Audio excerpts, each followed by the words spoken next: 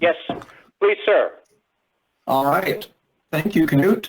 Hey, everybody. This is Skip Schweiss from TD Ameritrade.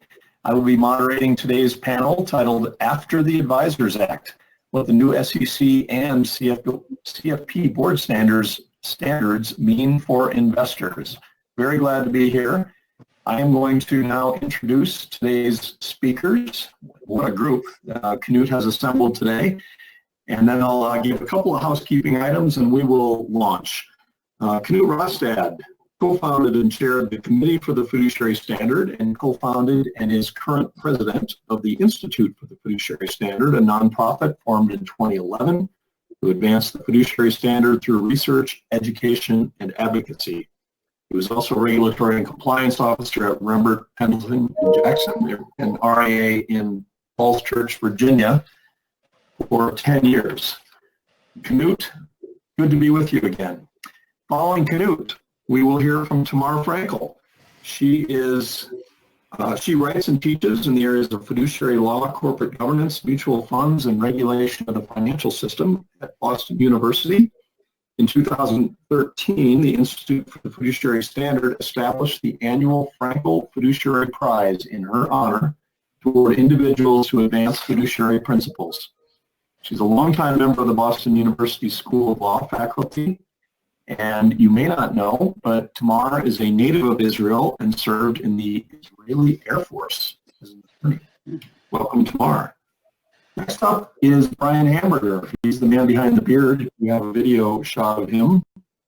Brian is founder and managing member of the Hamburger law firm and also founder, president, CEO of MarketCounsel, an affiliated business regulatory and compliance consulting firm for investment advisory services nationwide. He once served as a law clerk in the enforcement division of the SEC.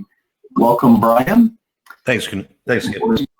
Phyllis Borzi was the Obama administration's assistant secretary from the Employee Benefits Security of the United States Department of Labor in charge of the Employee Benefit Security Administration, and was the primary driver of the Department of Labor's conflict of interest rule. Phyllis, great to have you with us today. I'm really looking forward to hearing your remarks. Deborah is the one panelist I'm less familiar with than the others, so I'm, after having done some research, Deborah, on your work recently, I'm really interested in hearing what you have to say because I think it's so important on this topic, how we use language and disclosures and so on. Deborah Bosley is owner and principal in the Plain Language Group. She's also a professor emeritus of English at the University of North Carolina, Charlotte. And is an international expert in the use of plain language. Has spent 20 years working in regulatory environments, helping attorneys, corporations, and government agencies and nonprofits write or create written information that exceeds compliance standards and is easy for people to understand. That sounds like quite an accomplishment. Thank you, Deborah, for being with us. Each of our panelists will share a few minutes worth of thoughts with us today. And in the order you see them listed on the screen here, a couple of housekeeping items. If you'd rather not see yourself on the screen, attendees, you can always black out your video, of course. And following Deborah's remarks, we will open it to Q&A from the audience, which I will moderate. So we plan to leave at least 20 minutes or so for Q&A to the end. So thinking of your questions, and we'll take them then. With that, Knut, I turn the program over to you. Thank you, Skip. And thank you, everyone who is joining us. 80 years ago this August, Congress passed the Investment Advisors Act of 1940. This was a victory for fiduciary principles. It separated sales from advice and protected investors quite well. Today, SEC rulemaking effectively rips out the heart of what our grandfathers and great-grandfathers fought for in 1940. On June 30th, their huge accomplishment will effectively be just about gone. The SEC's Reg BI and CFP board standards abandon core principles of the Advisors Act. They are a giant leap backwards and unabashedly violate plain common sense. American heritage tells us that common sense is, quote, sound judgment not based on specialized knowledge, unquote. Winston Churchill referred to good sense, his oft-quoted words, to never give in, never, never, never, except to convictions of honor and good sense. It sounds like a fiduciary at heart. The newest standards abandon such good sense in many ways. Here are three. First point, advisors and brokers are different. Brokers work for and are paid by manufacturers to sell securities in relationships of three. Advisors work for and are paid by clients in relationships of two. They are as different as are butchers and nutritionists. This is, in our view, just common sense, but you won't find any of this in the new standard. Two, conflicts are different. The SEC uses identical language for brokers and advisors' conflicts, though brokers' compensation sources can take pages and pages to describe, while advisors can just take a paragraph. The language, quote, "You should understand and ask us about these conflicts because they can affect the recommendations that we provide to you. That conflicts differ so greatly in magnitude, complexity, and transparency is in common sense, but you're not going to find it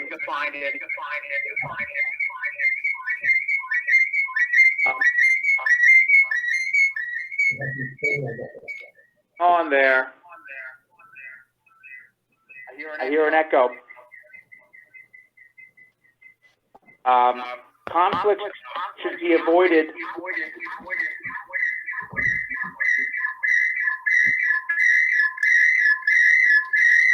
For those who are not speaking, please mute.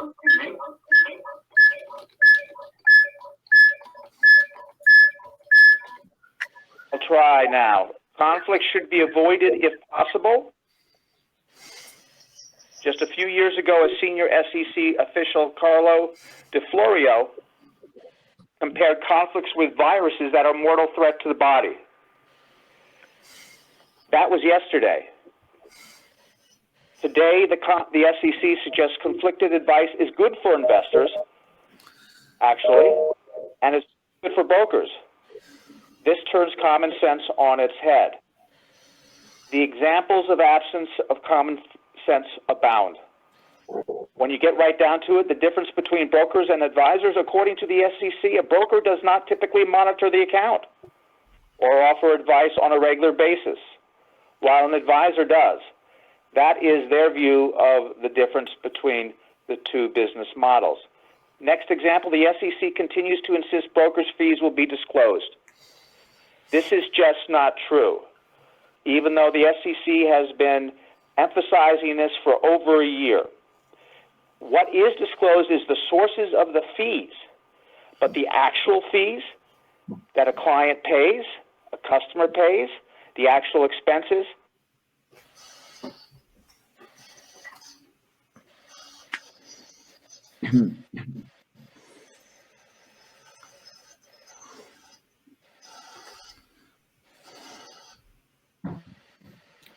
Did we lose Knut?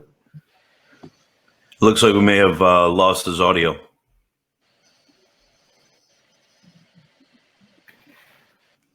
Okay, that's unfortunate. I'm going to make a call that we move to our next speaker. Tamar, are you ready? Yes, I am. Go ahead. Okay. Yes. So what you heard is also fiduciary duties are applied to any person who holds power for the benefit of others. It's so simple. Government agencies hold power for the benefit of the country and its people. So the Securities and Exchange Commission is also such a fiduciary. The more power it holds, the more care it should take to avoid conflicts and apply it to their principle. Well, historically, the Commission paid much attention to avoid the conflicts of interest. When I worked for the commissioner, I was there in 1970, and I had a prior obligation to testify in an arbitration. I had to receive permission, but I received it from the board itself. It was that strict, and then I could testify. The chairman put his assets in a blind trust, and it was strictly enforced and applied also to the staff. So the rule that the current commission applies to brokers, the interference with other executive government officials, with the politics that was involved in all of that, results would not have passed even the first stage of years past. Now they do. It is time for the commission to remember that it is a fiduciary of this country, of its securities system, and its citizens, the investors. The commissioner is not an arbitrator among conflicting parties in the marketplace. Never was, never should be. Its members' political opinions should be put to rest until they relinquish the power they hold now. Then they can do whatever is legal outside. And then, and only then, may they exercise their political views. But that is not a second before they leave the commission. The rule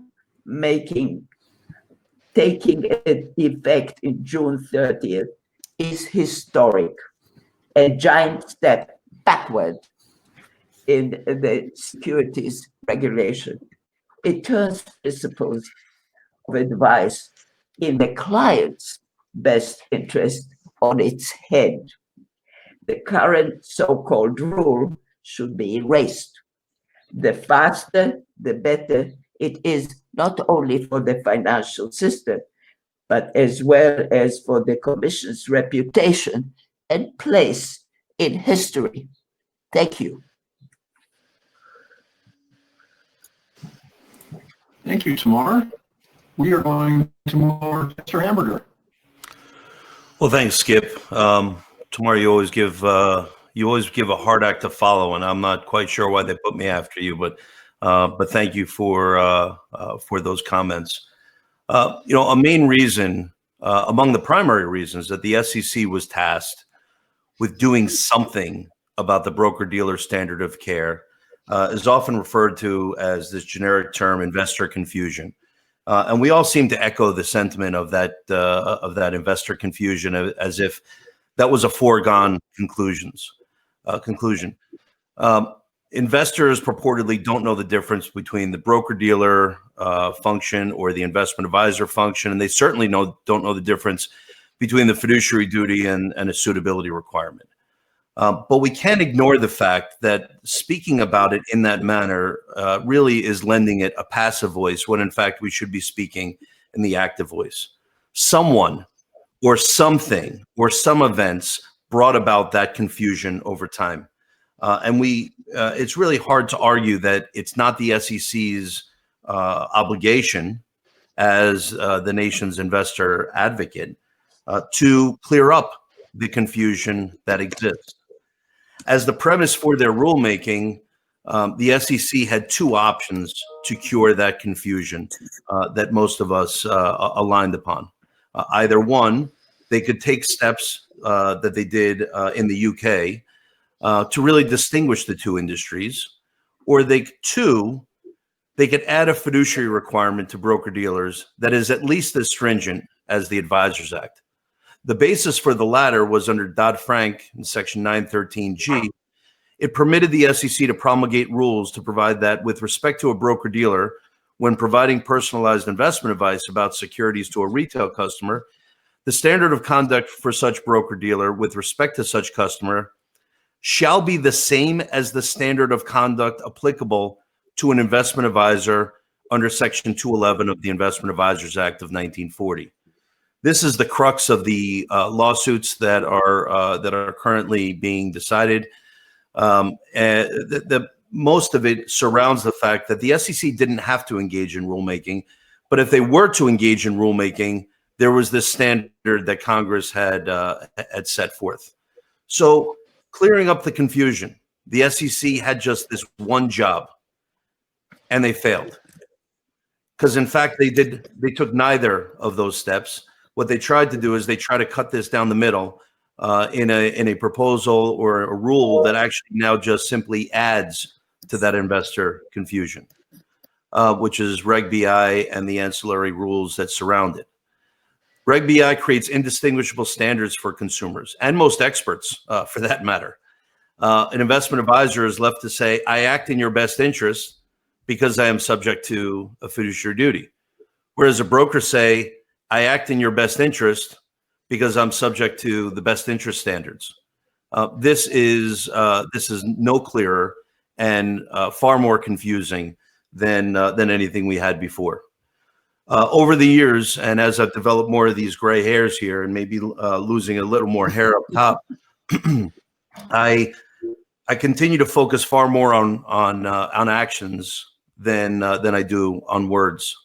And one has to wonder at this point that if the two standards are indistinguishable, as the chairman has purported, why is the brokerage industry fighting so hard to maintain that distinction? If the best interest standard is arguably the same as the fiduciary standard, then why are industry groups still fighting over this? And why can't we just simply align on the fact that it all falls under a fiduciary standard of care? Once again, we're on the precipice of stepping into a vacuum. Certain states, such as Nevada, Massachusetts, and New Jersey, have already taken significant steps to add a fiduciary duty to the obligations that broker-dealers have to their customers. Nevada passed a bill in 2007, revising its standing fiduciary law that applied to financial planners to now include broker-dealers and investment advisor, and they've subsequently proposed a fiduciary rule, but not yet adopted. Massachusetts adopted a fiduciary rule in February of this year, which became effective in March, and will begin to be enforced on September 1st of this year. And New Jersey also proposed a fiduciary rule similar to Massachusetts, but not yet adopted. This isn't the first time in history that states identifying weakness within our federal agency, the SEC, have stepped in. You can look no further to when New York had to do this with regards to market timing, or Massachusetts had to step in to protect their citizens with respect to data protection, or California with respect to privacy. And the issue goes on and on. As we sit here today, the Department of Labor seems to be geared up for a redux of their rules. And I think we could have no finer person on the phone than to offer her insights, and happy to turn the microphone over to Ms. Phyllis Borzi.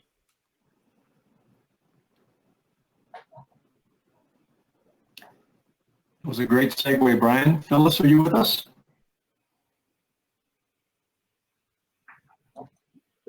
You may be muted.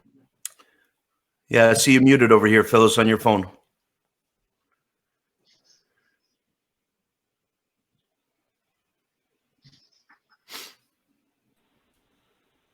Can you hear me now?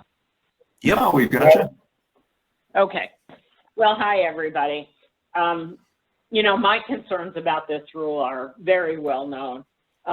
So rather than just go through them all again, I thought I'd focus on some of the things, one particular aspect, and that's what the challenges that the SEC will face to actually enforce this rule. Weak though it is, they're going to have to enforce it. And how successful the rule is going to be in actually providing any protection to investors by exposing these widespread financial conflicts that are unfortunately embedded in the compensation practices of industry business models is going to depend on how diligent and aggressive the SEC is enforcing its new proposals. and exposing bad actors, both firms and individuals in the regulated community. I want to call your attention, if you haven't looked at it, to a really excellent report, policy research report published by Morningstar in November 2019 that really does focus, and certainly focused my attention on these issues. It's called Regulation Best Interest Meets Opaque Practices. You know, we all know that in the financial services industry, brokers are a pivotal part of the product distribution chain. Not surprisingly, of course, distribution fees are a major source of conflicted payments. You know, in the past, and typically, these fees take the form of 12b1 fees or loads or commissions in connection with the sale of the fund. But in recent years, both the SEC and FINRA have focused on one aspect of 12b1 fees, basically trying to enforce the fact that they need to be disclosed and how adequate the disclosure is, rather than trying to focus on any other aspects of the 12b1 fees. But one of the market developments which occurred as a result of the industry efforts to get ready to comply with the Department of Labor rule has been an interesting development, and that's the development of new share classes, namely the so-called clean shares and the T shares. These new asset classes are basically designed to minimize some of the traditional conflicts, like the 12b1 and the loads and commissions. And they do that. They do reduce those kinds of conflicts. But as Morningstar points out, and as you probably know, the existence of these share classes doesn't mean that all the conflicts have gone away, because these share classes introduce a lot more focus on a different kind or a related kind of conflicted fees, and that's revenue sharing. Now, the SEC has historically failed to pursue these potential revenue sharing conflicts, although they have looked at it in the past, like their 12b1 work. They look at whether or not these revenue sharing payments are disclosed rather than what they actually do, nor have they tried to regulate the actual payment. And I just might note parenthetically, the Department of Labor spent a good long time looking at the revenue sharing problems, conflicts of interest. So they have a lot more expertise in this than the SEC appears to have. These forms of revenue sharing that raise conflict in interest, and not all do, but many do, are extensive, opaque, and difficult to find and quantify. I don't have time in the few minutes that I've been allotted to explain all the different kinds of revenue sharing problems with revenue sharing fees, but do look at that Morningstar report, because it does a really, really good job of laying them out. It identifies the most common types of revenue sharing payments, and then importantly talks about the degree to which these payments can cause conflicts, especially when they're tied to sales. So if it's really serious about enforcing the new rule, the SEC needs to quickly and seriously ramp up its efforts to understand and regulate these conflicted revenue sharing payments. They exist currently, and they're increasing in the marketplace as these new types of class shares have proliferated. But without seriously focusing on these newly emerging sources of conflict, the SEC will never be able to make any headway in protecting investors in a post-Reg BI world. Now, having said that, although I remain extremely skeptical that a rule in which the SEC clearly has stated is not a fiduciary standard for broker-dealers, and which they've also said their goal was not to disrupt current industry business models, and most importantly, that leaves critical terms like best interest and mitigation undefined. While I seriously doubt such a rule can ever be effectively enforced at all, unless the SEC actually focuses like a laser on these different potential sources of conflicted compensation, not just the traditional ones, but these newer ones, the harm to investors will continue and perhaps be exacerbated. One other thing that I want to call to your attention, which maybe you've covered and maybe you haven't. I recently focused on it myself. In late April, a number of the financial services associations, led by FSI, the Financial Services Institute, filed a petition for rulemaking. It's called Petition for Rulemaking to End the Commission's Backdoor Regulation of 12B1 Fees. You'll remember the debate on the Reg BI. The industry was very, very strong that they wanted a principles-based approach to conflicts. They said that the Department of Labor, which actually offered a principle-based approach, was not good, not workable, et cetera, but they embraced the so-called principle-based approach to conflicts that is illustrated through Reg BI. But thinking about that, how strongly they endorsed principle-based approach, it really takes your breath away to read this petition.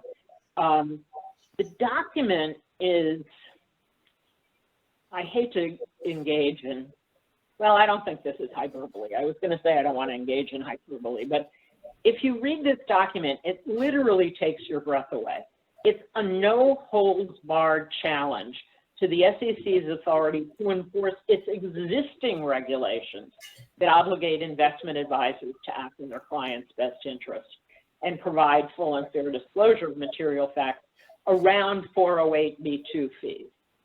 The petition argues that the SEC cannot enforce any of its enforcement or other guidance documents with respect to 12B1 fees without conducting a full public notice and comment proceeding rulemaking for each document.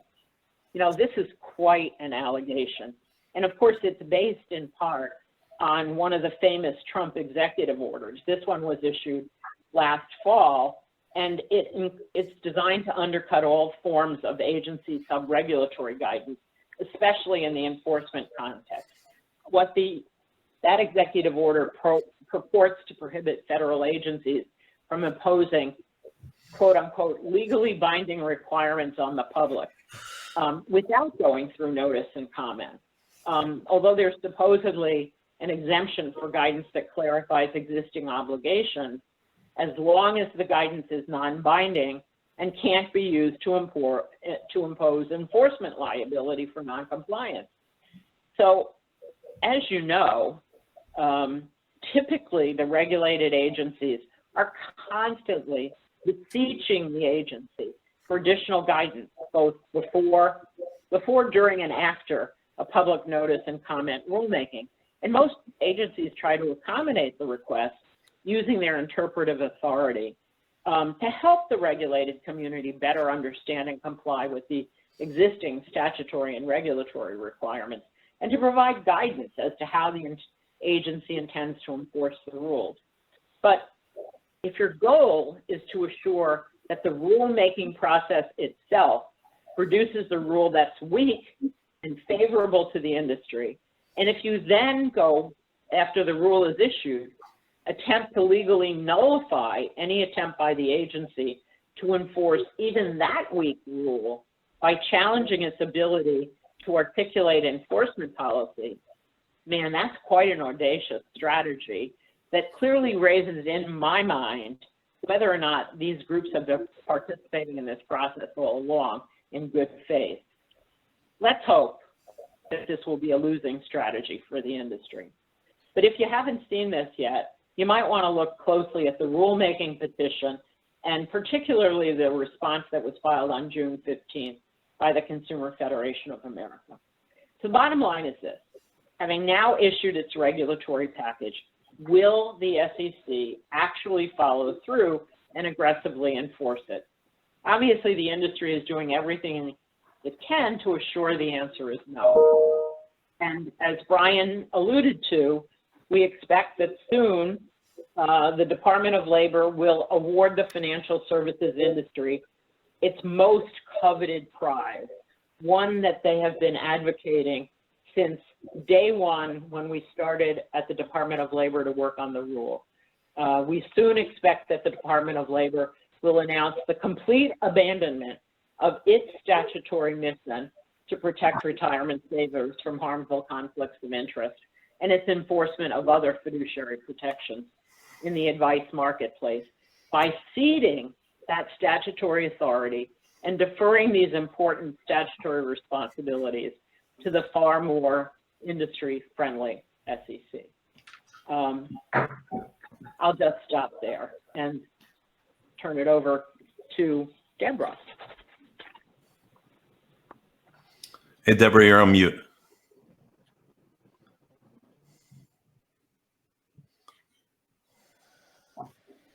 Okay. Great. Can you hear? Okay, Yep, good. gotcha. Thank you very much. Thanks. So I'm going to extend what has been said by the other speakers and talk about clarity and the need for clarity if we want investors to understand. And the if is part of intentionality. So I don't want to get into the intentionality, but I will say this, that disclosure does not equal understanding. Simply because you have it disclosed does not mean that the investors are going to understand what you have disclosed. Even conflicts that are minimal, simple, and transparent may not be stood by ordinary investors unless given in plain language.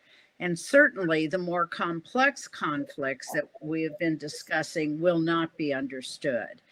Investor confusion is not the fault of the investor. It is the problem. It is the fault of the information that the investors are given and are then expected to translate into ordinary language that they could understand, which they can't. Even the SEC has a handbook from 1998 on how to provide clear financial disclosures, and it would be great if they actually required investment firms to adhere to those. So what is plain language? Plain language is the use of proven writing and design strategies that make it easy for the intended audience to find, understand, and use information. Intended audience here, I think, is really the key.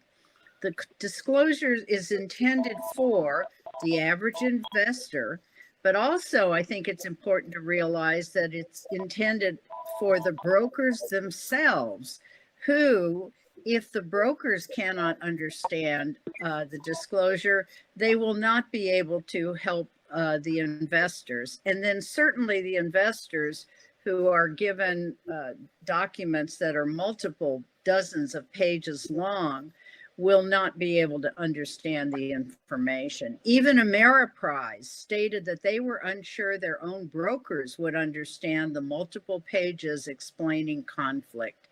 If brokers can't understand it, surely we know the investor will be completely lost.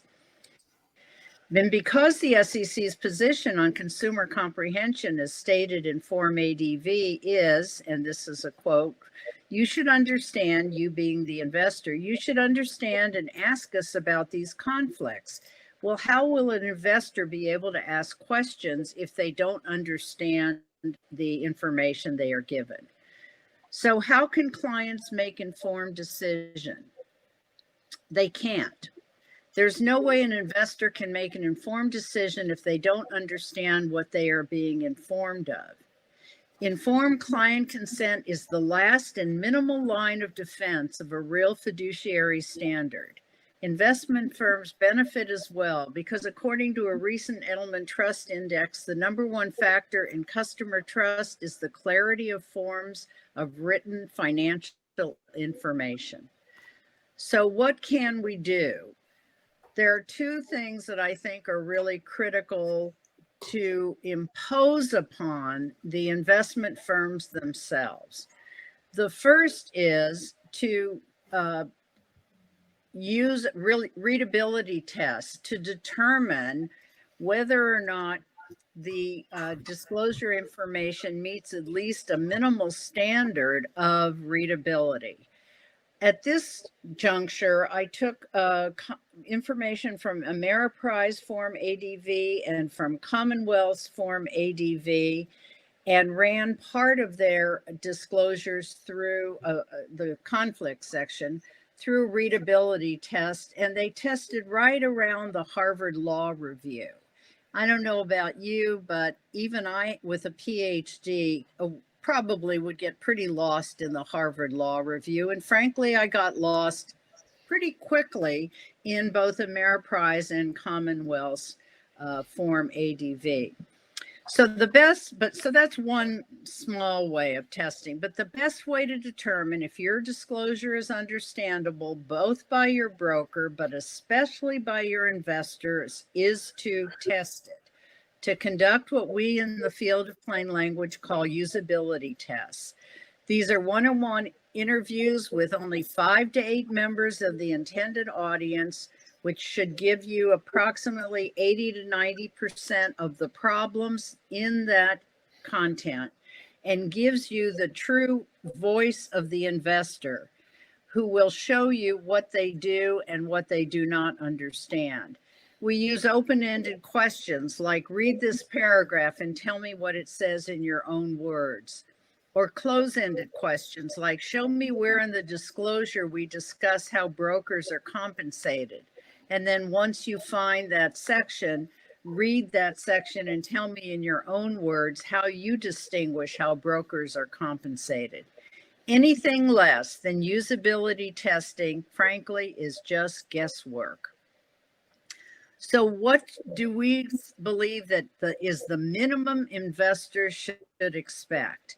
Number one, that this information in Reg BI be given in a manner that eliminates or at minimum defines jargon. For example, would the average investor understand these terms? Cost reimbursement services, private placements, proprietary products, non-proprietary investment. All 4 of those pieces of those phrases came immediately within the documents that I looked at. Secondly, sentences need to be short. We have a lot of pull on long-term memory and short-term memory these days with being barraged with information. Again, proven writing strategies show that sentences should be no more than 25 words and paragraph length should be no more than 3 to 5 sentences. There is nothing that will repel a reader faster than looking at a dense paragraph. Third, document length. So Ameriprise's form, and I'm not picking on them in particular, these are just the ones I happen to be made available to me, but Ameriprise Forms ADV Part 2A is 64 pages long. The sections on fees and compensation and how we get paid are 20 pages long. Commonwealth's Form ADV Part 2A is 131 pages, and their fee and compensation and performance-based fee section are 13 pages. I don't know about you, but I don't know any investor who is going to spend the time to read 64 pages or 131 pages or 20 pages or even 13 pages. And again, when the information like that is so complex that it needs page after page after page of discussion, the likelihood is the problem is not only in the way the information is being conveyed, but the problem is in the information itself, as has been argued quite well by our previous speakers. So as I started, I'm going to close with that disclosure does not equal communication. And if your investment firm's intent is that investors understand the differences between brokers, advisors, and conflict, then the use of plain language and testing are the best two tools you have to reach that goal. Thank you. Deborah, thank you, and thank you, panelists. As we shift to Q&A, I'm reminded that occasionally before we are shown a video or a television program, we are given a warning. And I should have warned you up front that we do not have a shy set of panelists here. I'm not sure how they would fare at the United Nations, but they tell it like it is, and that's why I love them. This has been fun. While some of our attendees are thinking about questions, I'm going to jump right in. I've got several myself. So Deborah, I'm going to start with you. Skip, could I just interrupt you? I think Knut just joined in, so I don't know if he wants to finish his comments, but I see he's off. He's been able to dial back in and get off mute if you wanted to defer. Thank you, Brian. Knut, are you there? I'm here. Can you hear me? We can hear you fine. I think we lost your audio during your remarks. Is there anything you'd like to conclude with before we shift to Q&A? Yeah, I'd like to spend another minute and a half to finish my remarks. And I think this follows a little bit or parallels a little bit with what Deborah was talking about. I think when I got off track, I'm mentioning the situation regarding the CFP board's requirement that CFPs have their own policies and procedures in order to manage conflicts. As of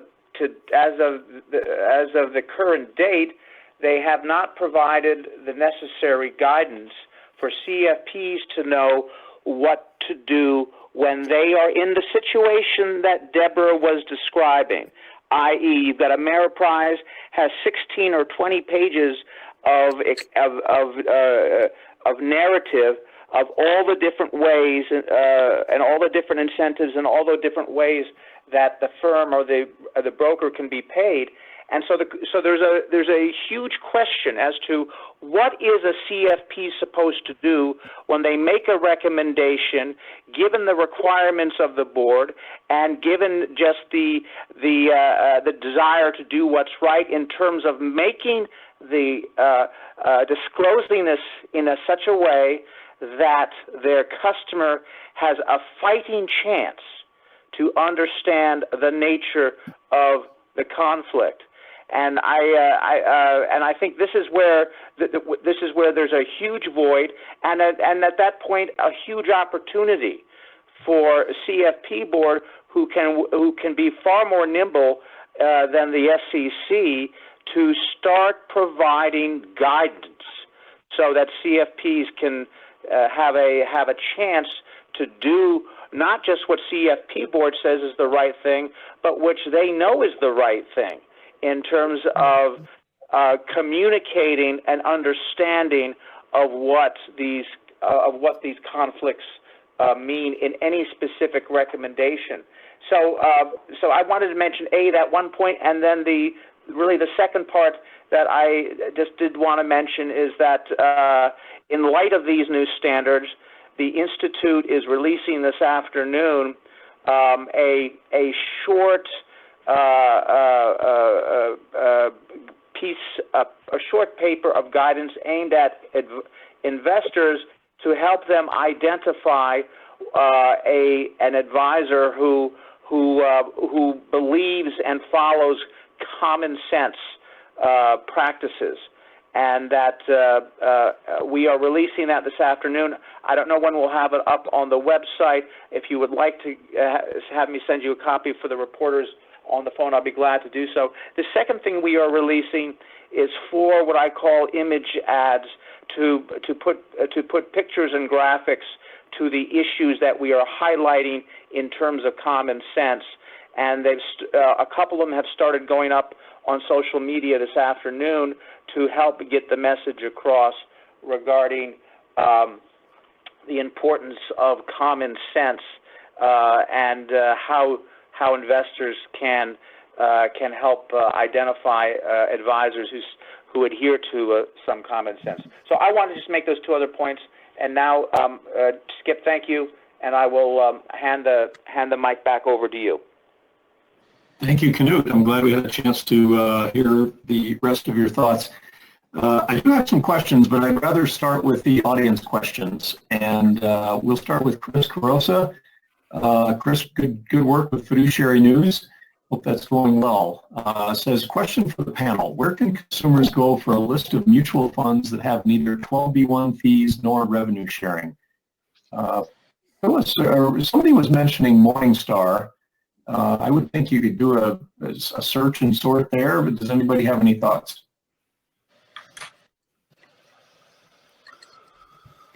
Skip, this is Brian. I think that's a good question. Oh, go ahead. Go ahead, Brian. I was just saying it was a good question. I don't know the answer.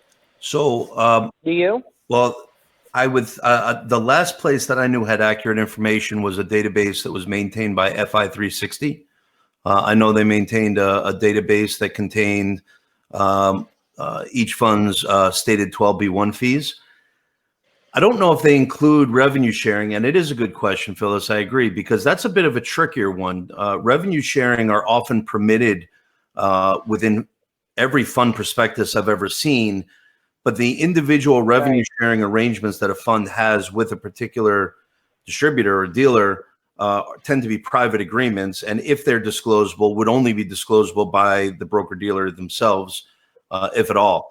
So I think that that is a good question. I'm not quite sure if that information is contained in FI360's database or within Morningstar, but it'd be certainly be an interesting project. Thank you, Brian. Phyllis, a question directed at you. Jessica asks, how would you recommend the SEC address revenue sharing? Well, first, I think, as Brian said, and as I certainly know from my experience at the Department of Labor, where we, through our enforcement activities, we often came across these various types of arrangements. I think the first thing that the SEC needs to do is really figure out what kinds of things fall into the general bucket of revenue sharing. And as I said, I think this Morningstar, one of the things I found interesting about this Morningstar paper is it begins to identify the various types of financial arrangements that brokers engage in that are in fact under this broad rubric of revenue sharing. I mean, we know things like platform fees, paying for shelf space on somebody's platform. Some of those things are more publicly known. But one of the things that I did learn from the work that we did, the work that my staff did at the Department of Labor, is how really difficult it is to find these things, to identify them. And as I said, and as the Morningstar paper makes clear, not all forms of revenue sharing are bad. It's just that they are so opaque and so difficult to discern sometimes that it does make it really hard. Going back to what Deborah said, I don't know that investors can even figure it out. Hopefully, the experienced regulators at the SEC might be able to do so. Thank you, Phyllis. I think we'll stay with you, Phyllis. We'll see if anybody else wants to chime in on this, but Terry Savage asked the next question. Have you asked the SEC, or might you surmise, why its new website has no links to the FINRA broker database of disciplinary history? I'm not sure that I heard the whole question. I'm having audio problems as well, and it sort of fades in and fades out. Is the question, how do you, if you don't have a link to the FINRA website, is that what the question was? No, Skip, the question was, and I'll repeat it. The question was, have you asked, or has anyone asked the SEC why its new investor.gov website has no links to the FINRA broker database of disciplinary history? I haven't asked it, but that's a very, very good question. Anybody else have any speculation? I think the SEC has put in a very difficult has put itself in a very difficult position, where, whereas it's simultaneously advocating for the interest of the industry and trying to allay consumer concerns that it can put trust and confidence in brokers, and at the same time, it wants to ensure that there is disclosure. Deborah, I thought, was raised a really well-articulated point earlier, where disclosure, and pardon me, Deborah, if I misinterpret this, but disclosure doesn't equal consent. And the fact that you have made certain information available doesn't mean that the investor has indeed obtained it or knowingly or really understood it. And I think that's part of the crux behind behind Terry's question on the failure to include that disclosure within their website. And just to pair onto what Brian said too, I mean, there is a lot of evidence. Are you having trouble hearing me? No, I can hear you. Okay. I'm sorry. There's a lot of evidence that when investors are confused, the assumption is that it was intentional, that they are being intentionally confused. So the act of intention, whether or not you can prove intention in a certain situation, from the investor's point of view, if they don't understand what they are being given, the assumption is that it was intentionally made complex and difficult. That's not the way we would want our investors to be feeling. And Deborah, is that across industries or is that specific for financial services? So is that? It's across industries, but particularly the trust for financial services is very low. Again, according to Edelman's Trust Index. And one of the reasons it's so low is because we are given so much information that we just simply cannot, as I like to say, translate into just common language using common sense. I've often heard Tamar you use an example, and Tamar, it was many years ago that I heard you use this example, but where you drew parallels between the financial services industry and the pharmaceutical industry, and the fact that, with every prescription, not only do you get a book with the prescription, but also they tell you to look for their disclosures that are in this magazine. And then in the magazine, they say, now go to the website. And over time, you can have as many disclosures as you want. And in fact, there are studies that show that you can actually saturate the consumer with disclosures to the point that all of it is meaningless. That's that 131 pages. Yeah. Yeah. I'm sorry, didn't mean to interrupt. No. I'd like to jump in on this point just for a half a second here. In terms of disclosure, I think one of the ironies of this situation is the SEC's own research. They can from 2018 and 2019, the roundtables and some of the surveys and the focus groups they did made it very clear that the way that they were formulating and structuring their disclosures was not successful. And this wasn't even a matter of Ameriprise's 15 or 20 pages. This was a matter of very short disclosures and very, very concise ones. And Deborah's colleague, Kleiman, was part of this that measured that. So I think that that the extent to which many of these disclosures have been tested. Many of them have been determined to be fails disclosures. It really does belong in the lap of the regulators / the industry because the premise that they are operating by, and as we stand back. The operating premise, and they don't say this explicitly because it would be impolite, but if they shared with what they really believe, their negative view of investors in terms of not understanding everything and almost anything, sort of is the premise on which I think so much of what they do here rests, because that puts them off the hot seat. And so when we just talk about investor confusion without any explanation, I think that we are enabling this notion that the whole problem rests with the investors, as opposed to what Deborah points out, that it's really closer to the opposite. Anyway, I just wanted to jump in on that point. Thank you, Knut. Let's go to another question from our audience. Patrick asked, and this is a two-part question.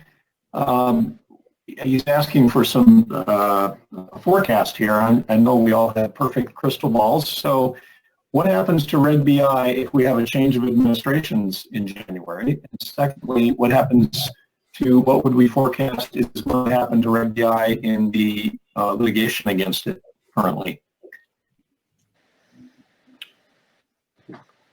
How about we toss it to Phyllis for the first part of that? How do you envision Reg BI changing if we have a change of administration, if at all? Well, I don't know that it's clear. Well, first of all, the question is, will Reg BI survive various legal challenges? And then, of course, so I don't know that it's so clear. It's not, honestly, folks, it's not so easy to put a regulation out because of the procedural hoops that you have to jump through.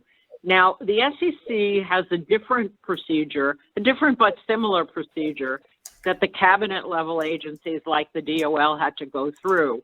But there is an extensive notice and comment procedure. And I might note that the current occupant of the Secretary of Labor's chair was well known in the industry for his ability and tenacity in trying to strike down SEC regulations. And he probably will have his hands full with if the DOL does what I expect it to do when they issue their prohibited transaction exemption, because there is a statutory requirement in ERISA that says that before it grants a prohibited transaction exemption, the secretary has to make formal findings under ERISA section 408A 2 and 3, I think those are the right numbers, that granting the exemption is in the interest of the plan and its participants,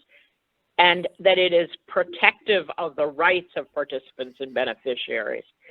So I think that's a pretty high hurdle, and we'll have to see what the department proposes first before anybody challenges it. But I'm not so, I honestly don't know what would happen if there was a change of administration. I think there would be, presumably, all of those executive orders would be history, in which case they could move on a sub-regulatory guidance basis to modify, limit, impose conditions, et cetera. At least the Department of Labor could, and the SEC, if they were inclined to do so, could strengthen that regulation in a new administration.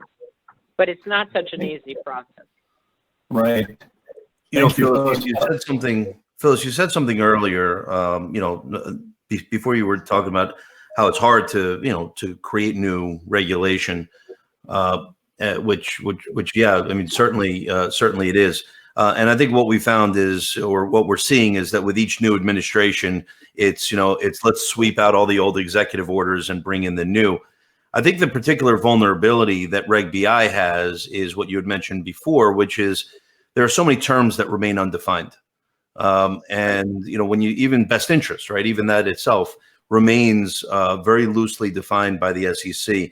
And so while it would presumably be a little more difficult to roll back rules and regulations, it wouldn't be difficult to simply interpret Reg BI in a different manner than this administration is interpreting. So I think a change of administration really leaves the rule as written today in a pretty vulnerable state, if for nothing else, just simply due to the manner in which it's enforced.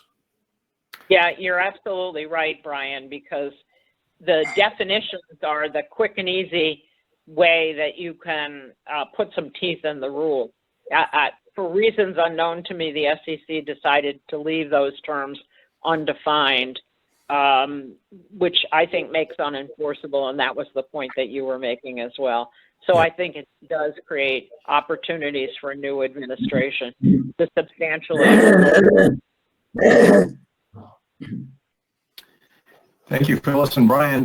Brian, I'm going to stay with you on the second part of Patrick's question. Do you have a crystal ball or even an educated guess on how the litigation turns out against Reg BI? It seems like we may be hearing fairly soon.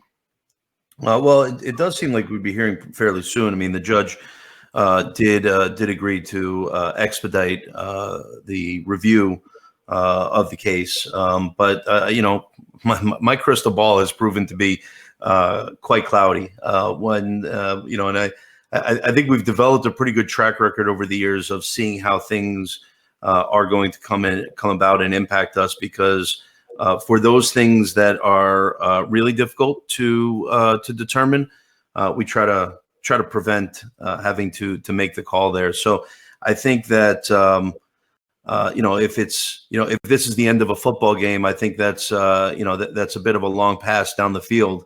And if you know, if it's caught, I think there's a wave of excitement.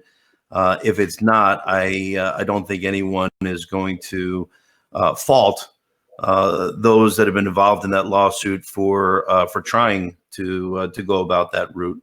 But you know, we're all waiting with bated breath in the week and a half to come to see if the courts in this case will intervene. If they do, with just an if, it certainly won't be the first time that the courts have stopped the SEC in its tracks to engage in rulemaking that lacks the substantiation or the support or the authority, I should rather say, of Congress. Thank you, Brian. I'm noting we're 3 minutes over our time. Knut, I have one more question in the queue. This is your program. Would you allow us to address that before we close? Sure, absolutely. I'm not hearing Knut, so I'm... He said absolutely. Thank you. Thank you. Jessica asks, can someone share their view of the SEC's self-reporting initiative regarding 12B1 fees? The self-reporting initiative, I think, is partly what Phyllis got into vis-a-vis the petition, because I think that grew out of the the self-reporting issue in terms of the SEC first giving firms a chance to, as we know, self-report, and then starting to take actions against those that did not. My understanding is that the self-reporting holiday, so to speak, is over in terms of being able to get a free pass, and that now it's down to action. But I think the most interesting part about that, which in terms of the petition that grew out of this, is precisely what the FSI and company protested the SEC doing, and that is really on just one page of the 60 pages there, and it's very specifically, they said that the SEC didn't have the right to require that the disclosure include the fact that a less expensive share class could have been recommended, but it wasn't. It was that very particular fact which drew their opposition. And anyway, I think that's an important piece to remember. So I don't. So I just wanted to add that to that conversation on the 12B1 fee scenario there. Thank you, Knut. And it is 2:06. Would you like to close the program? 2:06 Mountain Time, where I am, 6 minutes after. Thank you for saying that. I want to thank the participants for joining and adding their views of this, what I believe is an historic time that we're living through, regarding what does advice mean in federal regulation. Obviously, it hasn't gotten the attention that other issues have gotten over the last several months, particularly, but it's still an extraordinarily important milestone that we are looking at right now in terms of June 30th. So I want to thank the participants for joining. I want to thank the journalists for also joining, and I'm sure there'll be more to come on this ongoing saga of the federal regulation of advice, be it from the SEC or the Department of Labor. So, and then finally, a thank you to Brian for hosting on his webinar system this conversation. So, and thank you, Skip, for your excellent handling of this very difficult group of individuals here. So, Knut, will you be posting a recording on your website? yes. Okay. Perfect. Yep. I echo Knut's Thank you. appreciation of our panelists and all of our attendees for coming and asking. Great dialogue, and I wish everybody a great afternoon, great rest of your week. Thank you. Thank you all. Thank you all. Thank you.